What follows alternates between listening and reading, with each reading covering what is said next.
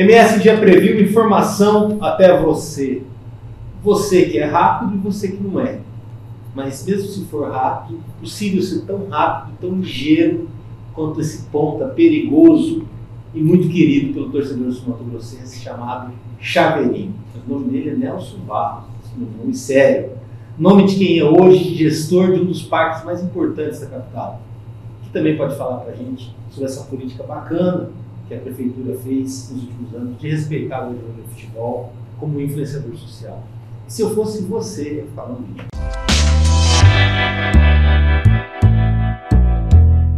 Valeu pela vinda, feliz aqui. Sei que é um cara top de entrevista, eu sei disso por causa que eu já tive que acompanhar a sua na Band. E queriam que eu fizesse 3 minutos, não dava. Com o Chaveirinho não dá. Tem que ter pelo menos uns 10 minutos de resenha ali, né? E isso também serve ao vivo, né? Você é um cara da palestra, da resenha, da conversa e consegue ter um baita no respeito pelo que jogou dentro de campo, pelo que é fora também. Seja bem-vindo. Como que foi pro Chaveirinho sair dos gramados onde você brilhou tanto para depois levar a vida fora, que é tão difícil? Tem mais traíra que no futebol a vida fora. Verdade. Primeiro, agradecer, né? A você, o MS Dia, pelo convite, né? E quanto aos 3 minutos, né? Muito não dá, impossível, mas já fui convidado para programas que durou 10 e eu perdi quase meio-dia da minha vida, mas faz parte. Eu sou um cara que estou sempre aberto a esses momentos, né? A gente que viveu muito tempo, no meu caso, 20 anos, sob holofotes, sob, né, tá dando entrevistas, tá dentro de campo, a gente é sempre se sente muito bem quando é convidado para esse tipo de programa. Não foi fácil, né? Mas quando eu iniciei a minha carreira, eu coloquei como metas, né? Eu coloquei como meta jogar 20 anos. Mas você se cuidou bastante. Se eu conseguisse ser um atleta profissional, né? Que a gente tem todo um início, uma preparação para se tornar. E eu me cuidei muito, foi 20 anos de muita dedicação, né? Muito trabalho, muito treinamento, bebida alcoólica 0, noite mínima. E atleta mesmo? Atleta. Eu fui um atleta completo. Na parte que cabe a mim, das coisas extra-campo, né? Isso é muito importante. Mas isso numa época que a visão sobre o jogador de futebol não era tão ligada de um atleta, né? E depois do Cristiano Ronaldo, isso meio que... Cristiano Ronaldo, GPS no peito, que a galera tem, virou uma obrigação para o jogador de futebol ser um atleta. Mas antigamente era mais quem tinha consciência, né? Antigamente ele era mais... como que eu posso dizer? Era uma coisa de você. Escolha pessoal. Pessoal. Só que uma coisa era certa, se você não se cuidasse, você não conseguiria ter um bom rendimento em campo. Independente da posição? Independente. E eu, mais ainda, porque eu brinco muito com os meus amigos, eu falo para alunos meus, né, que eu fui um aborto que deu certo no futebol, né? Por que você fala isso? Cara, eu tenho 1,57 m. Não tenho nada de atleta, né? Mas ser baixinho não ajuda para a questão do centro gravitacional, drible e tudo mais? O mercado do futebol não quer jogador com a minha estatura, principalmente na base, né? Eu joguei porque eu era bom demais, eu treinava muito, era sempre os primeiros da fila, minha forma física era sempre excepcional. Eu vivi para aquilo, eu almejei aquilo, coloquei como meta jogar 20 anos, sonhei com a seleção brasileira. Por isso eu consegui jogar 20 anos com o mínimo de lesão possível, para você ter uma ideia. Mínimo. Que tipo de lesão você teve? A minha primeira lesão que eu tive, eu tinha 28 anos, eu tive uma lesão muscular. Já tarde, já. Até então eu vivia curioso, querendo saber o que era uma contratura, o que era um estiramento. Aí eu tive. Falei, cara, esse aqui dói muito e não impossibilita mesmo. Aí, dos 32 em diante, eu tive lesõezinhas de... contratura na panturrilha e tal, mas lesão de joelho, tornozelo, essas lesões não me acompanharam a minha carreira toda, graças a Deus. Caramba, isso é uma diferença muito grande que você falou, que envolve alimentação, sono, escolhas, né, o cuidado e a questão do treinamento, que quanto mais condicionado tiver, menor a chance de lesão. O duro eu acho que é quando fica aquela gangorra, né? A volta de férias. E os nossos treinamentos não tem a tecnologia de hoje, né? Se tivesse, talvez não teria tido lesão, né? Também provavelmente. Então, assim, eu creio muito nisso. Então, os treinamentos era baseado no que um preparador físico, né, saía de uma faculdade e levava o conhecimento para o futebol. Hoje, além desse conhecimento, tem toda uma tecnologia que quantos km você correu no campo, quantos piques. Biometria do corpo também, né? Tudo. Todas as situações. Então, assim, e outra, na minha época, a gente acabava o treinamento, a gente tomava água, né? Hoje o atleta termina o treino, ele tem vários tipos de alimentos, isotônico e um monte de acompanhamento, né, que faz com que o cara... E era um treinamento que era o mesmo treinamento para todo mundo, né? Hoje Sim. é meio que específico, né? Para o atacante, para o zagueiro. Isso mesmo, isso aí também é outra questão modernizou demais o futebol, né? Por isso está fazendo tanto atleta, assim, hoje, usando o palavreado bem chulo, né? Tanto atleta podre. O atleta não está aguentando jogar sábado, domingo, sábado de novo. Aí tem os rodízios, né? Que aí também atrapalha muito, porque o time tem que estar entrosado, tem que ter coordenado aqueles movimentos. Mas esses rodízios só tem time grande. O futebol ele é feito de duas partes. É o time grande e o time pequeno. O time grande tem rodízio, tem plantel, tem salário bom. O time pequeno é time pequeno, é aqueles guerreirinhos ali e segue o baile, como diz o outro, entendeu? Luta, então, né? Chaveiro, assim, vamos levar em consideração que o campeonato daqui tenha 8 times, por aí, geralmente é essa média, né? 8 times, mais a segunda divisão e tal. E em 20 anos de carreira, muita gente foi jogador de futebol. Muita gente jogou na sua posição em alguns dos times, muita gente jogou do seu lado, contigo. Muita gente boa, às vezes leão de treino, cara que é bom no treino e não é bom no jogo, ou cara que era muito bom e às vezes uma lesão abrevia a carreira e tudo mais. E de tanta gente, alguns são celebrados, são lembrados, como é o teu caso do Tainha, foi o Pedrinho Maiadona, pelo que fez aquele jogo lá contra o São Paulo, alguns outros que saem daqui, como o Marildo, né, tudo bom, o Alfinete, que também jogou no Operário e tal, e todos os outros são esquecidos, ainda mais quando para de jogar. Como que é para você ter esse troféu invisível, mas que você acaba podendo sentir ele todos os dias quando você vai para a rua e todo mundo sabe quem é o Chaveirinho, todo mundo tem um carinho por você, e todo mundo lembra lances da sua carreira que talvez até você não tenha tão claro assim o que foi. Porque é algo especial, né? Nem todo mundo tem esse privilégio que você tem. E, assim, eu joguei com muitos atletas, né? Vamos falar especificamente do Mato Grosso do Sul, uma qualidade maior do que a minha, né? Aqui tinha um nível técnico maior na época. Justo, mas o grande trunfo é você manter o equilíbrio ano após ano. Você fala a consistência. A consistência. Eu era um jogador muito constante, eu não ficava de altos e baixos. Esse campeonato eu joguei bem, o outro campeonato... Aí o torcedor grava o nome, sabe quem você espera alguma coisa. Então e aí eu sou criado nas Moreninhas, um bairro muito grande. Então, assim, todos os campeonatos, eu estava ali entre os melhores, né? E isso vai marcando a gente como atleta. E outra coisa que me ajudou muito, que eu era o menor de todos, né? Eu entrava dentro do campo e o pessoal olhava, poxa, né? Não precisava ter um cabelo diferente, uma chuteira diferente. Só que eu também passei por problemas, né? Por ser isso, né? Eu passei por discriminações, né? Eu fui muito discriminado. Quando eu ia para um outro clube, eu chegava sob muita desconfiança, né? E não é fácil você quebrar essas barreiras. Isso quando você fala até quando saiu de Mato Grosso do Sul. Quando eu saí de Mato Grosso do Sul, eu fui para outros clubes. Eu vou até contar um episódio que aconteceu comigo quando eu fui para Londrina, né? Eu estava aqui 3 meses desempregado, já parado. Tinha acabado de perder meu pai. Aí na outra semana me ligaram, né? O meu grande amigo Paulinho me levou para lá, para Londrina. E chegando lá, cheguei no clube, tinha que adentrar 50 metros com a minha mala, assim. Aí a imprensa estava parada, reunida, que a imprensa de Londrina é algo monstruoso, né? Monstruoso. Você acha que aqui não tem nem noção do que é lá.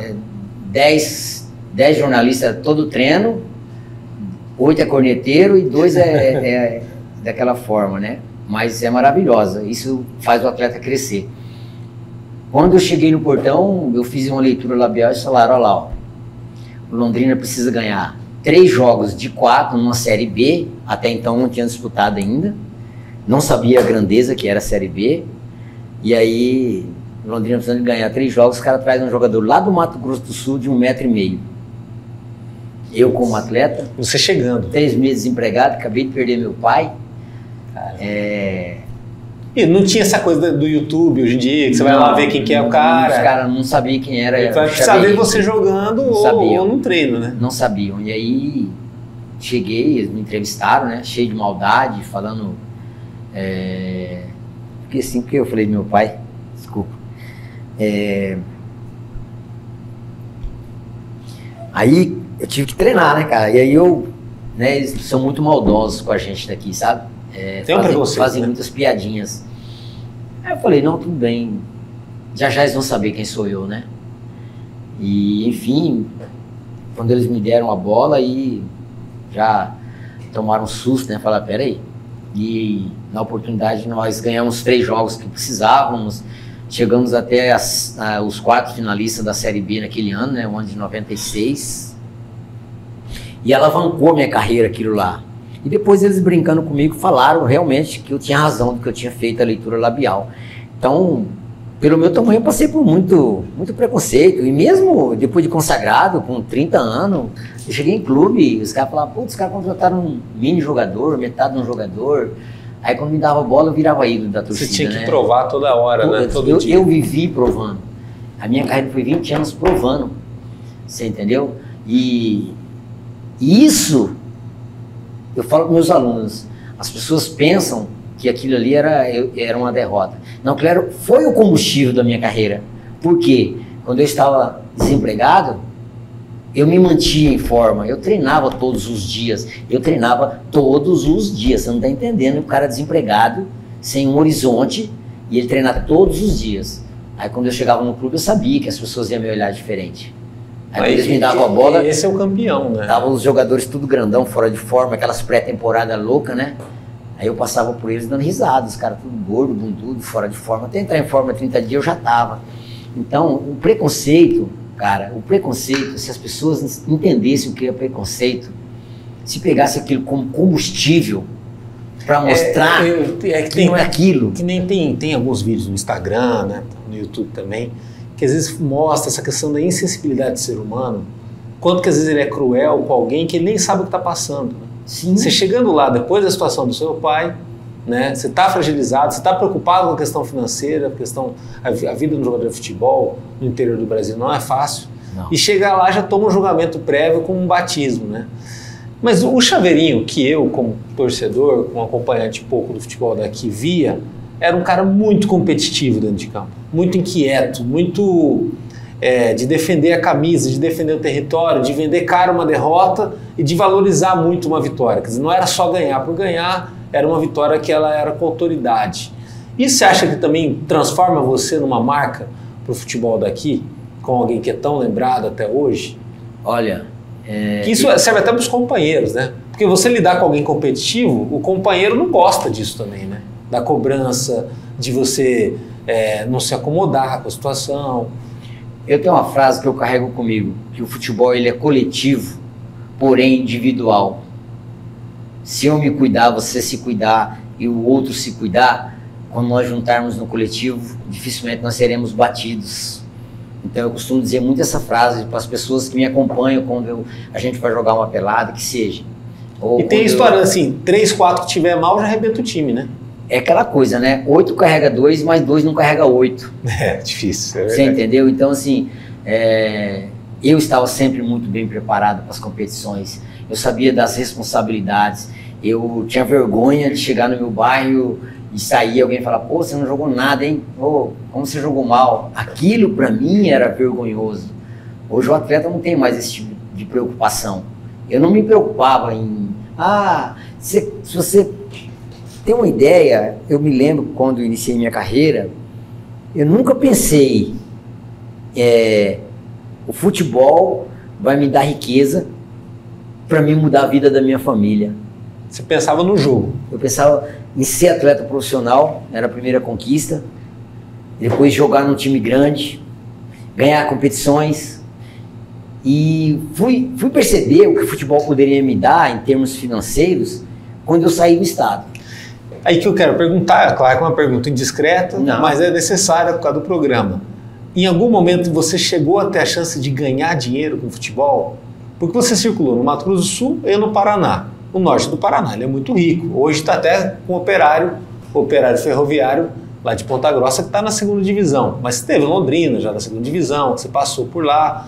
E é uma economia muito forte. O Paraná, como falam que é o Japão brasileiro, né? Então, se o Mato Grosso do Sul é forte, o Paraná ele é muito mais forte em questão de economia. Você teve a chance de viver uma outra economia na sua carreira como jogador.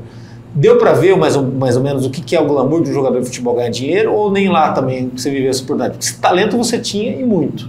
Olha, eu sou de uma época que a gente ganhava muito pouca grana aqui no Mato Grosso do Sul. Então, quando eu fui embora para Londrina, por exemplo, que foi o maior que eu joguei, na minha opinião, depois, né, da minha base, que foi todo o comercial, ganhar 3 mil a mais era tanto dinheiro que acho que eu não sabia o que era ganhar dinheiro.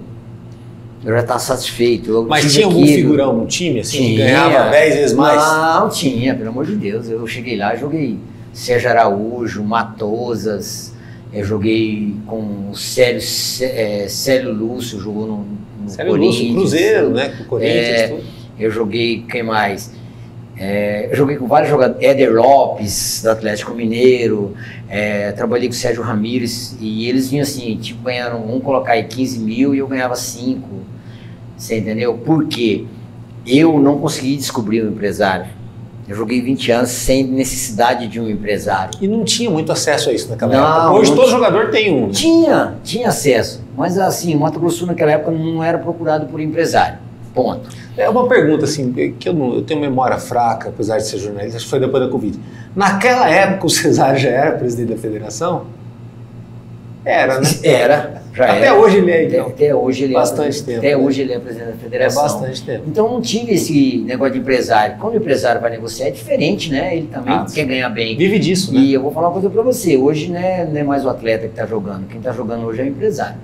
Isso que o empresário está jogando mais do que o atleta. É mais o jogo hoje. Fora da linha do que o jogo de dentro da linha. Sem dúvida nenhuma. E aí, tipo assim, você vai para lá, você ganha mais, porque é um outro mercado, mas não chegou a ter esse glamour. Você falou que sonhou com seleção brasileira. O que você chegou a projetar na sua cabeça, no teu sonho, no seu profissionalismo, para a sua carreira, que podia ter acontecido, mas acabou não acontecendo, porque também envolve muita questão da oportunidade, né? Você tem algum clube grande do Brasil que você sonhou aí? O meu sonho de seleção brasileira é ali quando eu tinha meus 14, 15 anos, né? Você via que você era diferente, você tinha talento? Eu sabia, eu já com 15 anos já jogava no Campeonato Amador, né? Em Campo Grande, já me destacava, né? Porque o combustível do atleta, antigamente, era almejar uma seleção brasileira. Hoje não se sonha com isso. Você estava lá, qualquer peladinha que você ia brincar lá, você já falava o nome do jogador da seleção brasileira.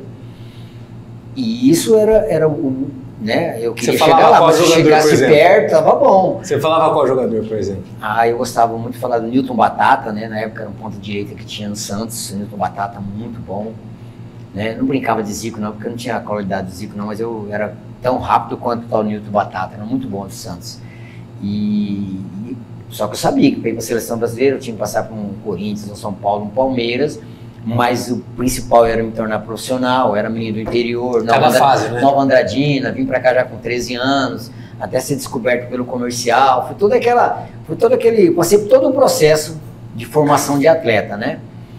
Mas chegou uma hora que eu descobri que não era daquele jeito, não era só jogar bem que você ia com a seleção brasileira, não era só jogar bem que você ia com um clube grande, né? Tinha toda uma política no meio disso aí, tinha toda uma transição. Então, depois que eu me tornei atleta, eu falei, bom, eu vou seguir o rumo, eu vou esperar uma oportunidade maior. E a maior que apareceu foi o Londrina, para mim foi chance única na minha carreira, entendeu? Foi rápida a resposta para dizer sim para eles. Divisor de águas.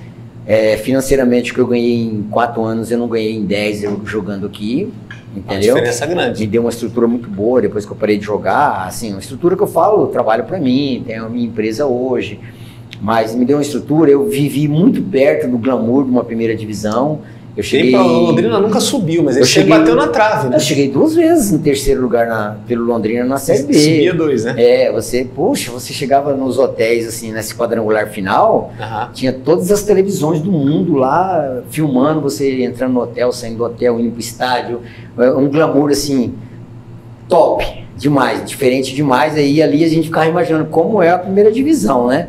Ou seja, se também tivesse o Londrina subido, a tua vida tinha sido outra, né? Minha vida teria sido outra, sem dúvida. Futebol tem esse lance, né? E eu não subi por detalhes que... O Londrina sempre teve aquele problema do fator casa, né? Às vezes o estádio do Café, que é o momento dele brilhar, ele derrapava. O torcedor lá é muito exigente, né? O torcedor ele não aceita deslizes. Lá em Londrina é complicado ir jogar lá, né? Lá para jogar, o jogador tem que ter uma personalidade diferente demais. Ele tem que ser muito preparado para isso. A personalidade é outra marca sua. Se você não tivesse a personalidade que você tem, que às vezes é um fator também, muita gente não gostar de você, você não tinha dado conta lá, né? Não, porque foi difícil. O cara volta rapidão. Foi difícil. O primeiro treino meu lá foi difícil. Nós tínhamos 20 caras pro lado de fora, esperando, e o treinador deu um treino lá de campo reduzido. Ele trocou 19 caras. O 20º era eu. Meu Deus. E ele me olhava assim e falava, não acredito. De verdade. Aí ele me chamou lá, faz isso aqui pra mim. Eu, fiz. Aí ele tirou eu. Aí chamou mais uns 8 caras. Aí, vem aqui você de novo. Aí eu, fiz o que ele queria. Levinho. Aí trocou de novo, deixou lá fora. Pôs todo mundo. Aí me chamou de novo, vem aqui o senhor.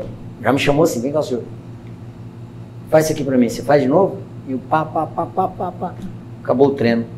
Chegou no outro dia, escalou o time para um coletivo, deu 10 camisas e ficou com uma no ombro. Todo mundo, e agora? Quem que é o cara dessa camisa? Jogou assim em mim, ó. É sua, só faz o que você fez ontem. Virou as costas pra mim e falou, vambora.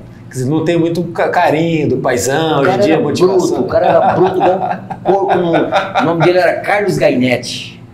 Mas é o cara, que eu vou te falar uma coisa pra você, que mais respeitava o profissional.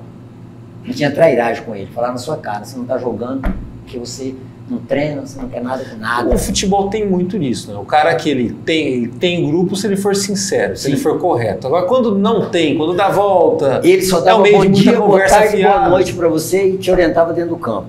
Mas você viajava daqui em Recife com ele no avião, ele não trocava 2 palavras contigo. Certo? Caramba. Virei ídolo lá em 3 jogos. Eles compraram meu passe do comercial. Compraram não. Meu cara do meu coração, que é Arthur Mário. Esse cara, eu amo esse cara.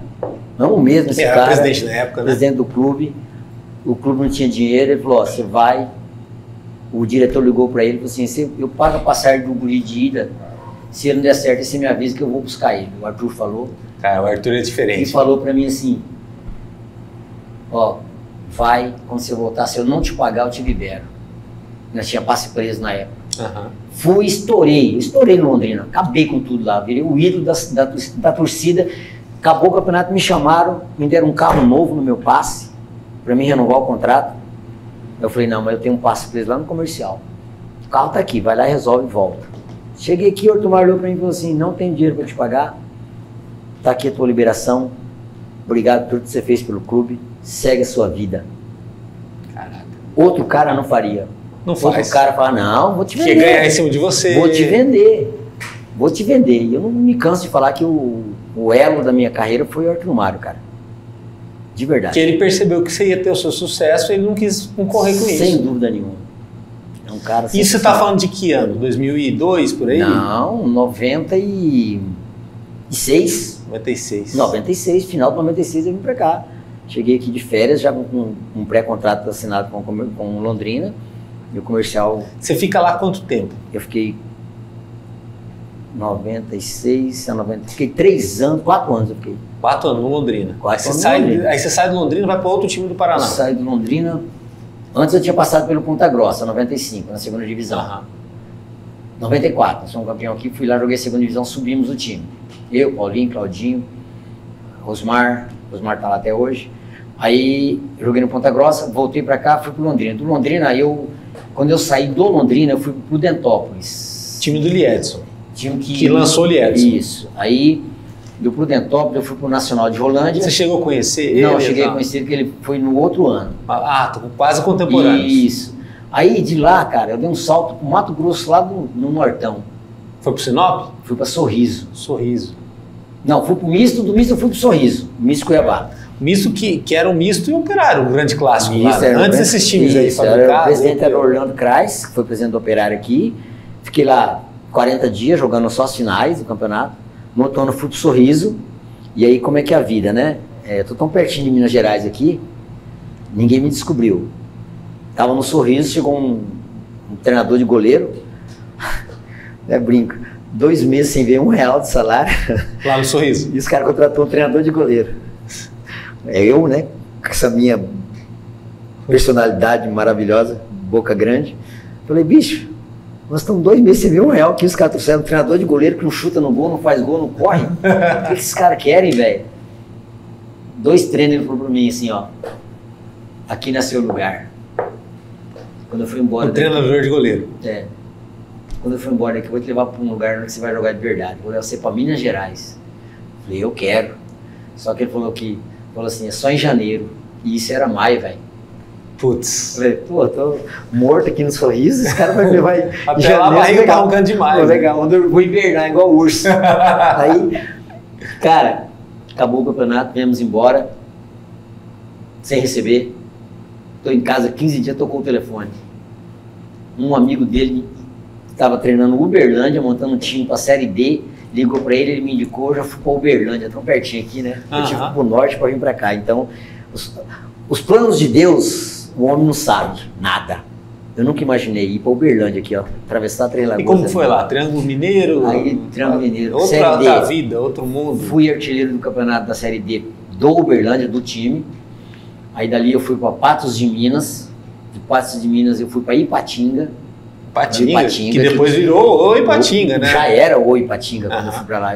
Mas chegou a disputar a segunda divisão super forte, né? Joguei o Campeonato Mineiro maravilhosamente. Ipatinga apaixonou, me levaram para lá. Cheguei no Ipatinga, fui que eu tive a primeira lesão. Ah, entendi. 30 dias no estaleiro. E aí quem vem de fora não pode ter isso, fiquei, né? cara, lá. Fiquei 30 dias machucado. Dureza. Aí de lá, aí eu voltei pro Mato Grosso, joguei numa cidadezinha chamada Barra do Bugres. Aí, no Artão, lá bem no Artão, lá em cima. Barra do Bugres. Aí vim embora. Já tava aí, já tava no apagar da luz, né? Aí você já tava com mais de 30. Já tava com 20, já tava com 34, 35 anos. Mas bem ainda, fisicamente, legal. Bem, eu treinava todo dia, rapaz, não sabia que era. E o nome ainda era lembrado aqui, né? Nossa, eu sempre fui, sempre tive, família né? Aqui, fui sacaneado muito pelo Sene, né? Umas 2, 3 vezes. Então, por que você foi sacaneado pelo Sene? Porque os caras me contrataram, velho. Aí eu deixei contrato pré-assinado, né? Aí a primeira vez, o tal do diretor vagabundo, que tem muito, né? Se tiver algum ouvindo aí, a maioria... Eu nem vou falar não, mas a vagabundagem do futebol. Aí o contrato pré-assinado, os caras trouxeram o Naldinho do Palmeiras, o Naldinho do Bahia. Ah, lembra? 11. Trouxeram o Naldinho, mesmas características, né? Aí o outro ano seguinte, pré-assinado, trouxeram o Tupanzinho. Que estava bem no final da carreira. Bem no final da carreira. Então, né, a vagabundagem prevaleceu, mas eu não me arrependi, não. Mas estava palavrado. Eu joguei nos grandes da capital. Para mim é o que me basta. E nesse retorno você trai o comercial e você vai para o Operário? Não, eu fui para o Operário numa situação bem adversa. Como que foi? Eu fui no ano de 95 pro Operário, porque o comercial pediu licença da competição. Isso antes de tudo? De tudo isso.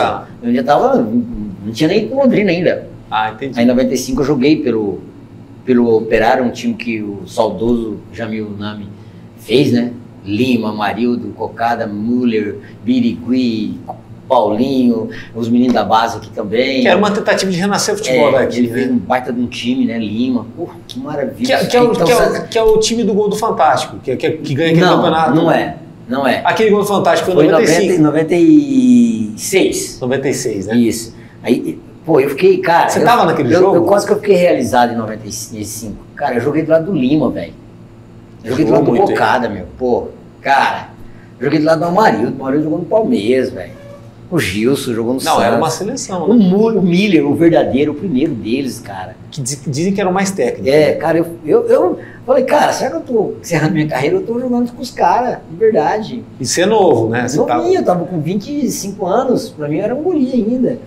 Aí no outro ano, de 96, eu voltei pro comercial, que eu fui por empréstimo pro Operário, porque nós tínhamos uma dupla muito boa, né? Chaveirinho, Paulinho, Chaveirinho, nossa, nós dois éramos muito entrosados, nós era café com leite, era igualzinho, não tinha, a gente tava muito, o senhor Jamil sonhou que tinha que jogar nós dois no Operário, né? Entendi. Gastou que não tinha, quer dizer, sempre teve, né? Gastou por nós dois jogando no Operário. Nós não fomos campeão, nós saímos na semifinal, né? Uma das decepções que nós tivemos, que eu tive, né? Que eu também isso em 96, você fala? 95. 95. Que foi campeão o Chapadão. Ah, verdade. Aí em 96 o comercial fez, aí o Valdir vai lá e faz aquele gol, né, extraordinário. Que aí o Operário é campeão em 96. Aí depois eu voltei pro Operário, no ano de 2007, eu já tinha sido campeão pelo Coxim em 2006. Que é aquele time de idosos, né? O time que eu falo mesmo, os caras acham ruim, mas a nossa imprensa, né? Nossa imprensa até hoje não engole, não passou tudo na garganta ainda, porque a nossa imprensa, o único cara que defendeu a gente aqui acho que foi o Brejinho, né? Chamava nosso time de asilo, que nosso time não ia aguentar a competição em si. Nosso time ia chegar numa determinada hora do campeonato, nós ia definhar. Mas tudo o contrário, né? Tudo ao contrário, nós perdemos um jogo na competição. Nós tínhamos um time de... E é o único time do Coxinha até hoje. Não vai ter mais. Não faz mais aquilo. Não pega mais 10 guerreiros que queria provar, sem necessidade nenhuma, queria provar que eram jogadores de verdade. A gente era uma família que você não tem ideia. Craque, né? Não, você não tem Além ideia. de estar unido, era uma parte técnica muito... Nosso time era assim, você não... Cara, eu falo para as pessoas com muito orgulho, cara. Sabe, eu joguei em 24 clubes. 24 clubes. E o Coxim, com aquela estrutura pequenininha, cidade pequenininha, sabe, marcou muito. Marcou muito porque nós tínhamos cara que iniciou a carreira aqui, nós chegamos lá com o propósito de encerrar a carreira junto. Vamos ganhar esse título, vamos. Nós acabávamos o treino, nós lavávamos nosso uniforme. E naquela altura você tinha o Milionário Ceni como concorrente, né? Milionário Ceni, com Pimentel no elenco deles. Ex-Vasco da Gama, né? Ex-Vasco da Gama, tinha um time monstro, mas o monstro mesmo está dentro de cada um, velho.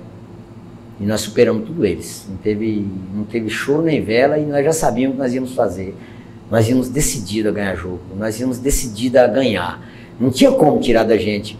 E a imprensa foi falar da gente na última semana da final do campeonato. E Coxinha, o pessoal bem bairrista, né? Tem o caso do Thiago Bandeira lá, que promove o Jogo das Estrelas lá também, e ele sempre defendeu muito a cidade. A gente não teve problema com a imprensa em Coxinha, falar a verdade para você. O povo apoiou vocês, abraçou totalmente, não? O difícil foi o povo da cidade aceitar a gente na cidade. Sério? Eles fizeram forasteiros? Eu passei por um problema maior, porque eu fui lá quando era a segunda divisão. Aí eu com 36 anos, 35 anos, 2005, no meio de um monte de menino de 18, 19, de 21, de 23, e menino na cidade, né, igual pinto na merda, né, se perde na cidade, faz arte, e aí a população aceitar jogadores na cidade pequena, nós passamos por esses problemas, né. Tem um preconceito com jogador de futebol, acha que lá tem né? Jogador, acha que lá os jogadores de lá jogam melhor porque jogam amador. Aí em 95 nós tivemos que quebrar essa barreira. Aí quando foi em 96, chegou Tainha, né, um nome de peso, chegou o Paulinho, o Claudinho, né, e aí a cidade, sabe, ainda meio sob desconfiança a gente, aquele negócio. Mas isso em 2006, esse milagre que aconteceu, foi muito também política da prefeitura, né? Sim. Quando a prefeitura acredita, a coisa acontece, né? O Carlos Zanin foi um cara muito competente, né, que era o presidente, né, ele peitou todo mundo, falou, vou trazer um time, uma máquina, e nosso time era máquina, nosso time, fora nós batíamos os caras, em casa nós batia dobrado. É verdade, nosso time era muito bom, não tinha negócio não, os caras, rapaz, nós chamava a Liga do Mal, nós falava tudo isso aí, você não tem ideia, cara, a gente conta assim, dá um livro. Chaveiro, e aí, eu estava falando dessa questão de prefeitura, entender o valor do ex-jogador de futebol, do ídolo e tudo mais, em Campo Grande, há um passado não muito distante, o ex-jogador de futebol, vários sem emprego, andavam marginalizados aí, perdidos, alguns com problema financeiro aí, de passar fome, né? E aí teve um olhar diferente depois de 2017, de integrar socialmente esse jogador de futebol, de dar uma chance, de usar ele como alguém que vai movimentar a comunidade, vai cuidar de espaços públicos, como é teu caso hoje, certo, no Parque Jacques da Luz.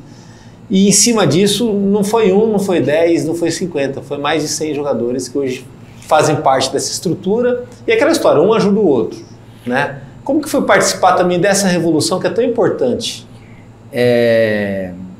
Eu creio que foi um e grande... tem que lembrar do Marquinhos. O Marquinhos teve uma mentoria gigantesca nisso. Não, o prefeito Marquinhos Trade, esse prefeito, teve um trabalho muito importante, né? Que foi sempre uma queixa, que eu sou um cara que eu tenho contato de jogador da cidade que você precisar. Eu sou o cara da resenha, eu sou o cara amigo do atleta. O atleta precisa de alguma coisa na capital, eles me procuram. Ainda mais quando ele parou. Isso, aí eu que procuro, eu que organizo tudo, qualquer situação nesse sentido. Então eu sou um cara muito defensor dos ex-atletas e do atleta em si, hoje. E a minha indignação era muito grande quanto a isso, né? Porque eu via lá atrás, eu jogando ainda, Garcia, Francisco Gonçalves, né? Meu ídolo. Copeu, um cara que eu adoro. Jogou com o Pelé, né, um cara que eu adoro, Copeu, não tem tempo ruim. Altimar, Pochorel, sabe? Muitos ex-atletas jogando final de semana para tomar cerveja, cara, para tomar uma cerveja, para ganhar R$10, esses caras. E eu via isso, eu jogando, falava, cara, será que eu vou ter... Será que esses caras nunca vão ser valorizados? Será que esses caras não vão ser... E aí eu vi a imprensa falando o nome desses caras, mas era em vão, parece. Em 2017 veio aquela avalanche, né? Foi criado os polos, as escolinhas. Houve a quinta maior escolinha do Brasil. A prefeitura municipal, na época, valorizou muito a gente, né? Muito, muito, muito, muito, você não tem ideia. O poder público começou a ver a gente de uma outra forma. Porque o poder público, até mesmo o torcedor, nos vê apenas como jogadores de futebol. O cara que sabe chutar bola, o cara que treina, o cara que trabalha com criança. Você entendeu? Não. Nós temos outras capacidades. Eu debato muito com os professores da educação física. Na minha época, nós não tínhamos educação física. Faculdade em EAD. Era presencial. E como nós íamos fazer presencial? 6 meses num lugar, contrato de 1 ano em um outro, 3 meses no outro, e no meio do campeonato o cara te mandava você embora e você ia fazer como com a sua faculdade. Então eu debato muito com eles hoje. E hoje eu procuro... Apesar de não ter diploma, tem inteligência, tem a vivência, passou por muito tempo que passar, né? E quando veio essa valorização, cara, veio de forma meteórica, que foi bom para ambos, para ambas as partes, para o poder público, né, que pôde dar oportunidade para pessoas que estavam sedentas de mostrar o que sabia fazer. Um funcionário que queria fazer e queria fazer bem, como a gente faz. E aí nós fomos evoluindo no meio do poder público e precisamos evoluir mais, né? Ajudamos a eleger um vereador, né, que hoje é o Beto Avelar. A grande maioria dos ex-atletas abraçaram a campanha do Beto Avelar. Que é um ex-atleta também, que é um jogou no Operário, que é um cara do bem, um cara correria. E aí se formou, viu que a praia era outra praia que ele queria ir, né? Ele é advogado, um cara muito benquisto. E essa evolução nos fez bem, você não tem ideia. Entendeu? E assim, isso que você falou, esse ganha-ganha, né? Ganhou o poder público, ganhou a comunidade com o empoderamento do ex-jogador de futebol, ganhou o Beto Avelar uma chance de um mandato. Você acha que tudo isso foi uma prova para a sociedade de quanto que dá certo você, às vezes, olhar diferente para alguém que está esquecido, né? Porque o Beto hoje, ele é um vereador de Campo Grande, mas ele é um cara que ele tá lá, simboliza isso. Cara, você vai nos campeonatos de Campo Grande, a gente não consegue ver o Beto Avelar como vereador, cara, pra você ter uma ideia. Pela simplicidade, né? Ele vai lá e joga, ele põe a camisa dele, os caras dão butinada nele, ele dá nos caras, ele é expulso igual a gente é, ele faz todas as situações. E ali, ele não é visto como isso. Ele é visto como um jogador, cara. É incrível. Mas nesse caso, o Marquinhos também participava. Sim, né? O Marquinhos foi um cara que no ano passado ele foi massacrado, a política triturou ele, amassou, pisoteou e tudo mais. Mas ele é um cara que ele também estava convivendo nos finais de semana com todo mundo e ele tinha acesso... Ele jogava na Santa Felicidade, que é terrão, 1h da tarde, os jogos ia até 1h da tarde, você passava, ele estava jogando futebol. E isso fez com que a própria comunidade nos visse também de uma outra forma. Fala, O subprefeito tá aqui. Pô, esses meninos aí, sabe? E o respeito que ele teve para com a gente. E aí a atual prefeita nos manteve. Foi um grande acerto nos dela, manteve, né? Entendeu? Manteve a filosofia. Nos colocou em outros cargos, entendeu? Por exemplo, me tirou das escolinhas de futebol, coisa que eu amo fazer. Sou gestor de um parque muito grande nas Moreninhas. Então ela acreditou, ela viu o potencial que a gente tem.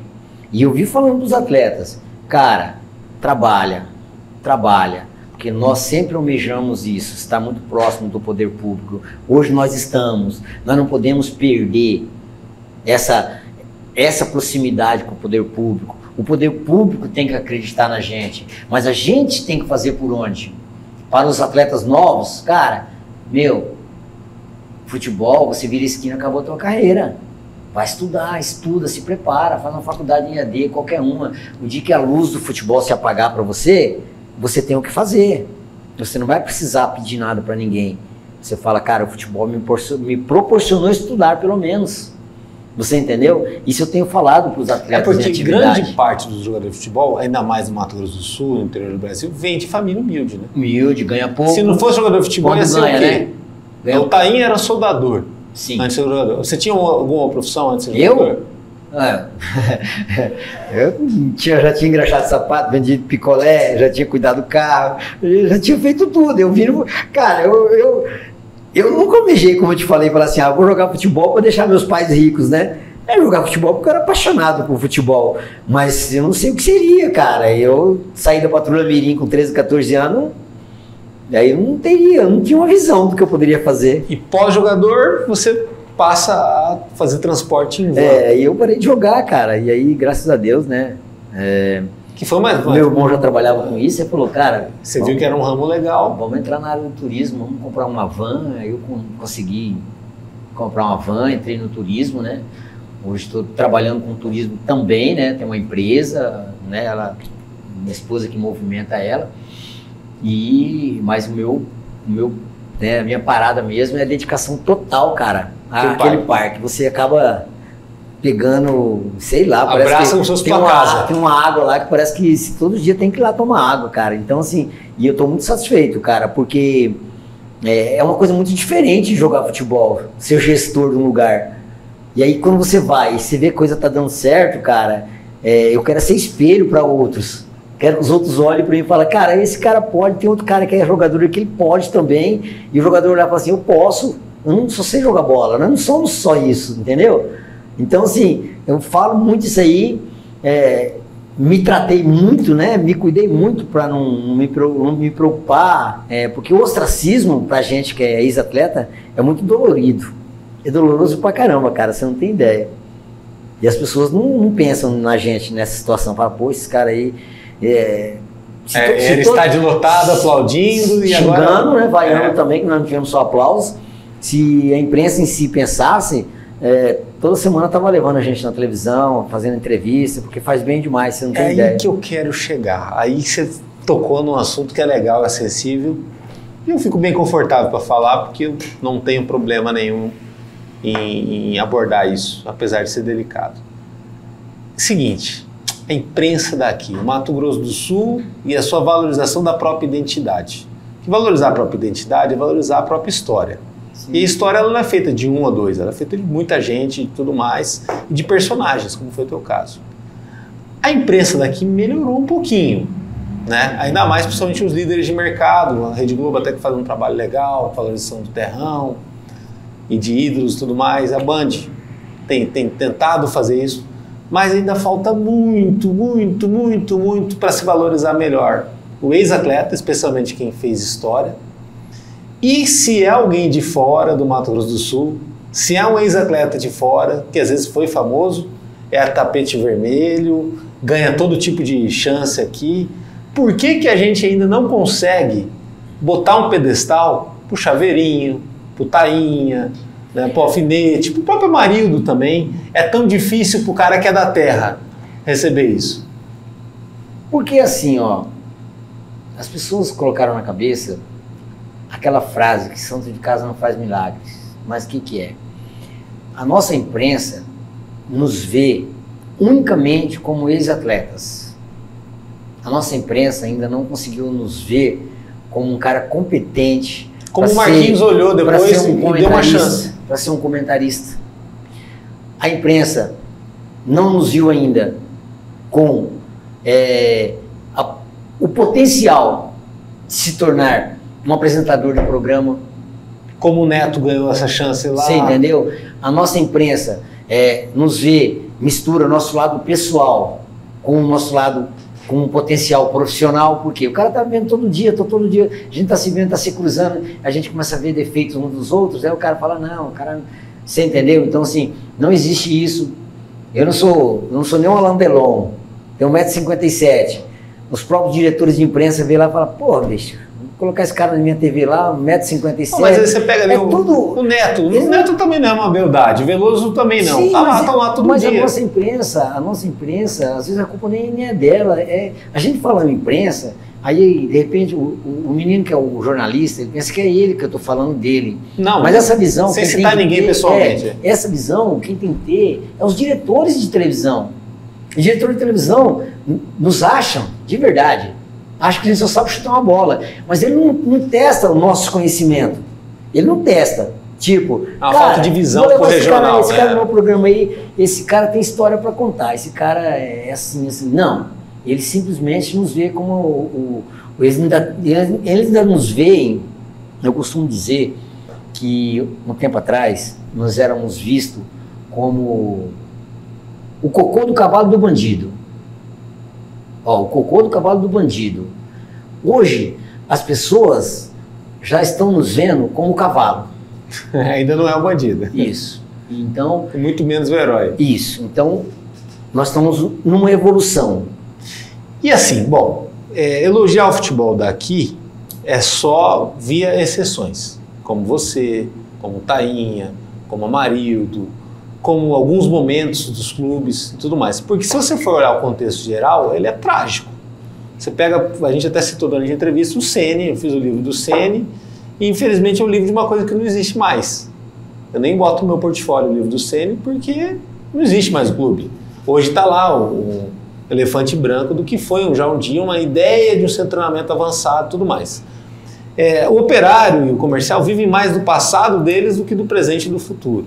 E aí você tem a figura do Cesário, que é altamente cobrado, tipo assim, canalizado para ele toda essa tragédia do futebol daqui, sendo que é um pouco errado também se canalizar em cima só de uma pessoa. Mas isso acontece aqui. Existe salvação para o nosso futebol, na visão do Chaveirinho, que é um cara que só fala a verdade? Ó, eu citei o nome de um cara chamado Arthur Mário. Que é um cara, foi um baita um dirigente, um grande jornalista. Uns 10 anos mais, ele sempre me levou para algumas entrevistas e nós conversamos muito sobre isso. Há muito tempo a gente vem defendendo a profissionalização do futebol sul-mato-grossense. Que ainda não é profissional. Profissionalização, de verdade. Não houve. Aí, você pega e vamos começar a puxar a tira, né? O que aconteceu com um monte de atleta de Comercial e de Operário que foram vendidos aos 15, aos 16, aos 17 anos? Cadê aqueles diretores? O que foi feito com o dinheiro que não foi posto nos clubes? Vou citar um. Marcos Adriano. O cara foi pro Flamengo, São Grêmio, São Paulo, Santos. Gilson saiu daqui, foi pro Cruzeiro. Amarildo, cadê o dinheiro? Tá? Vamos falando mais. Alberto, tá? O Alberto foi vendido do Comercial. Cadê o dinheiro que Alberto estava jogou aqui? no Santos depois, né? Cadê o dinheiro que estava aqui? Fala para mim. Ponto. Vamos lá? Aí nós vamos para o outro lado. A sede do Comercial. Quem ficou responsável por aquela falcatrua? Ninguém procura. Que hoje é um supermercado. No lugar. Sede do Operário aqui na Avenida Bandeirante. Cadê o dinheiro que estava ali? Certo? Aí, nós jogamos culpa lá na outra parte. Né? Francisco Cesário, não tenho nada contra a pessoa dele, também não conheço ele como pessoa mesmo, falar que eu tenho um conhecimento com o Cesário. Não, porque eu sempre fui um crítico da administração. Sim. Da administração. Porque eu vejo da seguinte forma, Danilo, uma empresa que não dá certo, você troca o presidente da empresa, cara. Senão sua empresa multinacional vai fechar. Certo? Sim. Então nós estamos há 22 anos com o mesmo presidente. E a engrenagem não caminhou, o futebol não andou. Será que isso é um acerto, né? Tá? Então, assim, é a troca dele que vai mudar? Ou é a visão dos diretores dos clubes de futebol que deveriam mudar para fazer com que ele mudasse automaticamente a forma de administrar nosso futebol? Eis a pergunta. Que é o que aconteceu no Mato Grosso. Justo. Se ele é tão ruim, o poder público não está vendo? As autoridades não estão vendo? Então, peraí. Então, é uma legião de coisas que teria que mudar para que o futebol caminhasse. Nosso diretor de futebol, talvez esteja enganado. Eu tenho ficado tão longe do futebol, me reaproximei agora porque Operário, Comercial, vai lá jogar no estádio lá e eu sou o responsável, estou por perto, mas eu fiquei tão afastado do futebol. Eu estou 4 anos sem ir no estádio Pedro Pedrociano, por exemplo. Eu adorava, se fosse Taverópolis aqui da Ana, né, qualquer time eu ia assistir, deixava minha televisão em casa lá com Corinthians e Palmeiras e ia assistir. Será que os nossos diretores querem a mudança desse futebol? Ou eles querem continuar jogando o campeonato estadual por 2 jogos na Copa do Brasil, que um rende 500 mil e o outro rende 1 milhão? Qual que é a visão que nós temos de diretoria de futebol? Diretoria de futebol hoje é o presidente nos clubes. É um filho, é um irmão, é um primo, 4 dirigentes de futebol. Então, se nós tivermos que fazer alguma coisa errada, nós fazemos dentro de casa. O clube que fique para lá. Antigamente, era uma vez por semana, tinha uma reunião do Conselho Deliberativo no Comercial, eu lembro muito bem. Chegava 30 carros lá. Carro de verdade, não é Chevette não. Carro de verdade. Os caras discutiam o que estava acontecendo, velho, no clube. Tinha que pôr dinheiro, vamos pôr. Tinha que tirar, tirava, mas era em comum acordo. Hoje não, os diretores do clube estão resumidos a 5 pessoas. Ficou exclusivista, né? Ficou exclusivista. Aí fica complicado. Ficou difícil. Aí, uma época, aí entra o poder, aí, olha lá, as prefeituras mantinham os clubes de forma explícita. Era clubes de prefeitura. Aí entrou o Ministério Público, toda aquela situação, não tem mais, é muito fiscalizado, o poder público não pode ajudar mais os clubes. Foi dificultando as coisas. Ajudava na identidade da região, né? Os clubes hoje não tem endereço fixo. Verdade. O jogador desce no aeroporto ou na rodoviária. Aonde ele vai pro Operário? Aí ele fala assim pro taxista, me leva lá na sede do comercial. O taxista fala, onde é? Antigamente, me leva lá, fui contratado pelo comercial, você me leva lá na sede do comercial? Batia na Vila Olímpica aqui. Vila Olímpica. É o Operário, vai lá na Poli. Você entendeu? Então, primeira coisa, os clubes precisam ter endereço fixo. Né? O Operário treina no tênis clube, mas não é a casa do Operário, é alugada, entre aspas. Uhum. Então, se nós, do nosso futebol, os diretores, não tiverem responsabilidade, entrar diretores com responsabilidade, sabe? Ir lá e falar assim, poxa, vamos negociar com a prefeitura, com o governo do estado, vamos ganhar uma área lá longe da cidade, 10 quilômetros daqui, 15, não tem problema. O Londrina fez isso, o Londrina tem um CT maravilhoso, que é fora de Londrina, fora que eu falo do Centrão, que ele tem o VGD, que é dentro de Londrina, dentro do coração de Londrina. E ele conseguiu, não sei como fez, uma área longe, construiu um baita de um CT, forma atleta, negocia atleta, o atleta mora lá dentro. Você entendeu? Se os clubes não fizerem isso, é difícil, porque o cara não tem endereço fixo. Não existe um clube que não tem endereço fixo. Aí não tem jeito, porque você vai disputar a Copa do Brasil, qualquer outro lugar tem isso. O presidente, né? vai assinar um contrato dentro do carro do presidente, o jogador, sabe? Aí vem aquela história que os amigos meus contavam, o presidente falou assim, eu estou devendo 5 meses para vocês, eu vou pagar vocês, nem que eu tenha que vender meu carro. O carro do presidente é um Fiat 147, cara. Você entendeu? Então, irmão, é várias situações. A gente bate muito em cima, sabe? Da federação, mas... Será que não é o clube, né? Será? O Ceni Cara, ele vendeu o Keyson. O Keyson é jogador do Barcelona, pelo meu conhecimento. Se alguém de repente tem outro conhecimento, me desculpe. Cadê o dinheiro do Keyson? Que o Senna acabou, cara. O Senna acabou, extinguiu. Então, e quantos outros clubes do interior? Você acha aí que de Brilhante, Dourados, será que eles não vendem um jogador da base que você não fica sabendo? Quando você vai ver, vem um cara lá, Lucas Leiva. Alguém já perguntou, já descobriu se o Lucas Leiva foi vendido para alguém? Ou se foi cedido, ou se foi dado, se foi fora. Você entendeu? Então, é complicado você ficar batendo em cima só de uma federação. O que os clubes têm feito para essa mudança? Tem feito alguma coisa? Sim. Inclusive até de torcedor, né? Se o clube se preocupasse em cuidar dos seus torcedores, ter torcedor, ia ser muito diferente. A nossa imprensa, cara, eu converso com alguns, tem mais amigos da imprensa, cara, os caras têm que se juntar para fazer uma cobertura de um jogo em Dourados. Por quê? Acho que o próprio dono da rádio não tem estrutura para pagar a despesa sua para ir lá em Dourados cobrir um jogo. Não é isso.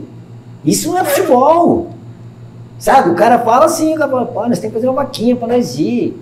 Nós não viajamos um dia antes para ficar em hotel. Você entendeu? Aí eu falo, se o cara vai lá em São Paulo cobrir um campeonato paulista lá, o cara fala assim, aqui eu sou da imprensa, nada, eu nunca fui da imprensa. Isso aí que é imprensa. Então, é todo mundo. Porque se melhorar o clube, melhora a imprensa, melhora tudo o segmento que se envolve com o futebol. Que é o que poderia acontecer se a gente subisse de divisão, né? Mas como vai subir se nós não temos estrutura?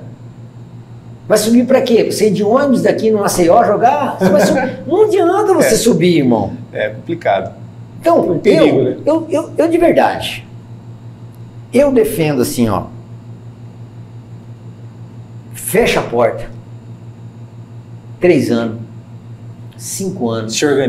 Se organiza, monta a categoria de base, tá? Não põe o Zezinho, o Guinho, o Luizinho para treinar não, para ser treinador da base. Põe cara de nome, cara que jogou, que defendeu as coisas do Operário, as coisas do Comercial. O cara do interior fala assim, esse cara eu já ouvi falar dele, vou pôr meu filho lá no Operário, esse cara é bom, vou pôr meu filho lá no Comercial, dá estrutura, fica aí 3, 4, 5 anos formando um atleta, vai na Europa, faz um acordo com um time da 2ª divisão, da 1ª, da 3ª, ó, vocês me dão tantos mil por mês, vou te mandar atleta. Eu vou te mandar atleta, eu te mando 2 por ano, pega seu chaveirinho e fala, ó, o seguinte, eu tenho um acordo com o Parma da Itália, em dezembro eles vêm aqui, eles querem levar 2 atletas aqui de ponta, de linha, você vai ganhar bem seu chaveirinho, tá? Se você chegar aqui e olhar nossos 40 atletas e falar que não achou nenhum, você tá demitido no outro dia. Sabe o que ia acontecer? Eu ia me coçar, velho. Eu ia atrás de jogador, eu ia pegar no pé do meu preparador físico, eu ia dar um treino de qualidade, porque eu ia defender meu emprego. Você me entendeu? Chegava em dezembro, o cara vai lá e pega o jogador, já dá uma bagatela pro clube, o cara fala, opa, é aqui que nós vamos investir, o que precisa que faz aqui? E lá é euro, né? Opa, o dinheiro vale por 6, né? Eu visitei o Londrina, os japoneses foram lá, viram a estrutura de Londrina, construíram apartamentos para ficar uns japoneses treinando 1 ano lá, velho. Os caras ficaram 6 meses. E pagando aluguel. Pagando aluguel. Ficaram 6 meses, os japoneses levaram os atletas embora e deixaram o apartamento pro Londrina lá, ó, com ar-condicionado em cada quarto individual. Então, nós precisamos fazer quem tem dinheiro acreditar em nós. Mas os nossos clubes, tem diretor de futebol, nosso clube não sabe o que é a CBF, meu irmão. Tá? Não sabe onde é a CBF, nunca entrou na CBF. O órgão maior. É igual um vereador não entrar na Câmara de Vereadores, meu irmão. Como é que pode isso? Sim. Então, nós temos que evoluir de uma forma gritante. Torcedor também. Nós, como torcedor, nós temos que evoluir. O cara, R$20 no ingresso para assistir um jogo. O cara tá mendigando um ingresso de R$20 para assistir um jogo num estádio. Mas que torcedor é você? Aí você fala com ele, ele pensa assim, não vou pagar 20 porque o presidente do Comercial, do Operário vai roubar esse dinheiro. Não pode partir por esse pensamento. O que é de graça. Não pode partir por esse pensamento. Eu vou fazer minha parte, eu vou pagar os 20, os 30. O que o presidente vai fazer com o dinheiro, problema. Você entendeu? Mas faz a parte dele como. Uma hora vai ter um presidente que fala assim, pô, o cara tá pagando 20, eu vou honrar esses 20 dele. Aí vai mudando, vai limpando a água. Vai limpando a água. Vai ficando, vai ficando, vai ficando. Mas não, a nossa mentalidade como sul-mato-grossense do futebol não muda.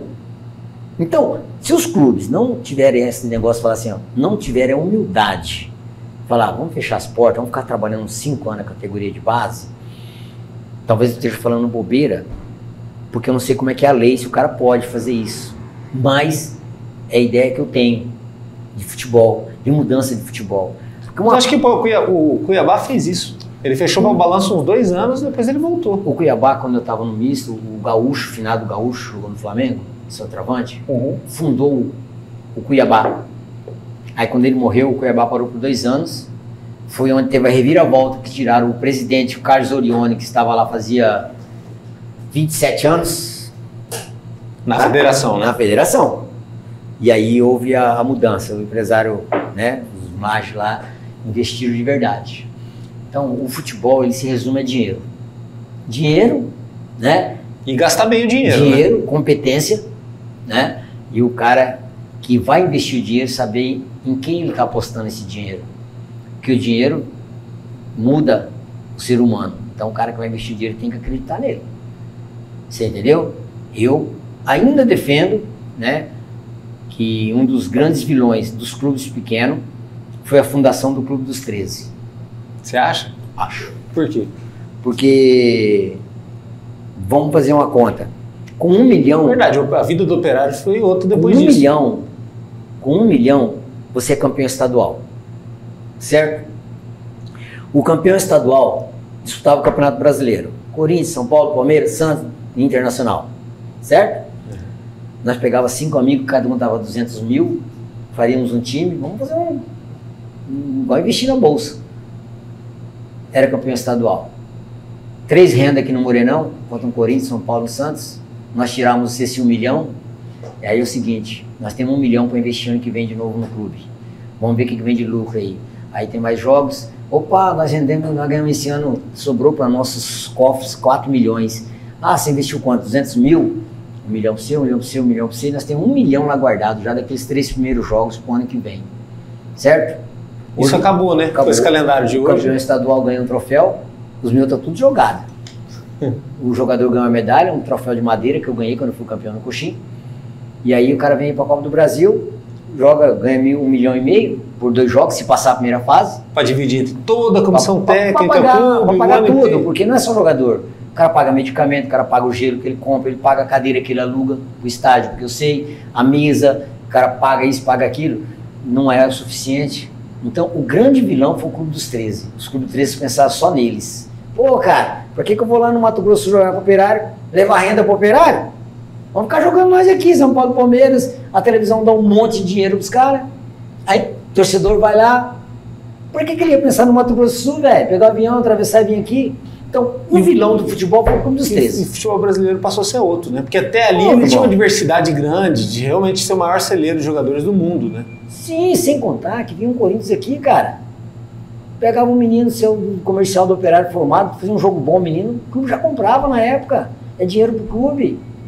Você entendeu? A Copa do Brasil não faz isso, né? Não dá tempo, é um jogo só. É um jogo só. Entendi. Acabou, tudo relâmpago. Aí dão essas ofertas mirabolantes para os clubes pequenos. Ó, primeiro jogo é 500 mil só para você jogar. Aí você passar 900. Mas 1 milhão e 400 é o quê no futebol? Para um ano todo, né? Não é. Aí o clube não tem calendário. Para analisar. Então, o futebol é um contexto que tem que mudar. É uma coisa, uma mentalidade. E é difícil. Eu falo muito que para nascer uma árvore vistosa, a semente dela tem que morrer, plantar e começar tudo de novo. Senão você vai ficar sempre podando e essa árvore não vai dar fruto, não vai dar flor. É o que nosso futebol vem fazendo, vem se arrastando. Né? A minha geração também já está indo e não vou ver a evolução do nosso futebol, provavelmente. Tomara. Obrigado. Valeu. Tomara que você esteja errado. É difícil você estar errado. Cara, mas vai ser... E eu queria, assim, deixar até registrado, né?